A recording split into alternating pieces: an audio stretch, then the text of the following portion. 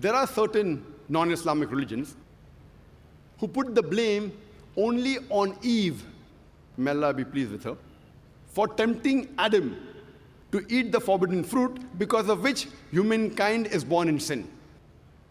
And when you read the Bible, Genesis chapter number 3, it says that Eve, may Allah be pleased with her, was responsible for tempting Adam to eat the forbidden fruit, because of which humankind is born in sin.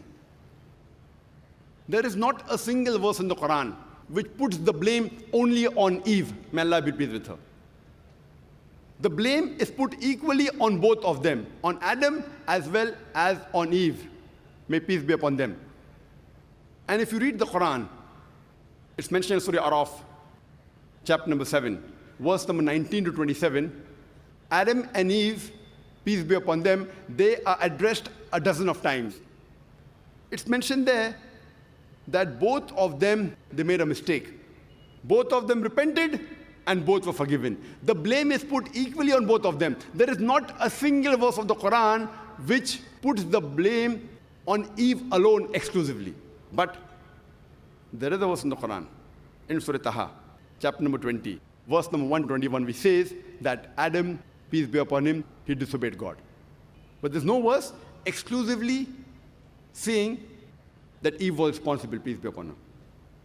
But overall, if you read the Quran, as I said, you cannot pick up one verse. If you read the Quran overall, we have to agree that both of them, they made a mistake, both of them repented, and both were forgiven. Further, when you read the Bible, in the book of Genesis, chapter number 3, verse number 16, it says, Almighty God says, He says to the woman, that I will multiply your conception, and you will give birth in pain and sorrow.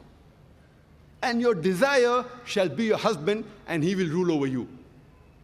So according to the Bible, pregnancy is a curse of Almighty God. It's a punishment.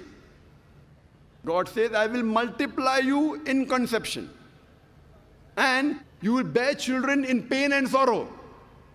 As though it's a punishment of Almighty God on the woman. Pregnancy is a curse, it's a punishment.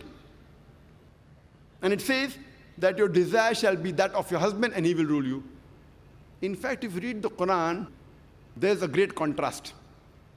The Quran says exactly the opposite. The Quran uplifts the woman because of pregnancy. The Quran says in Surah Nisa, chapter number 4, verse number 1, it says, respect the womb that bore you.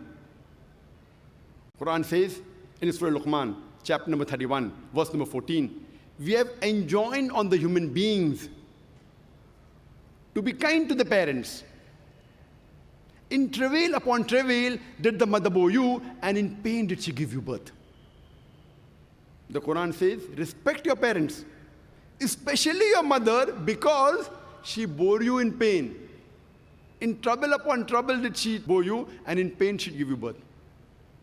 Same message repeated in Surah Aqaf, chapter number 46, verse number 15.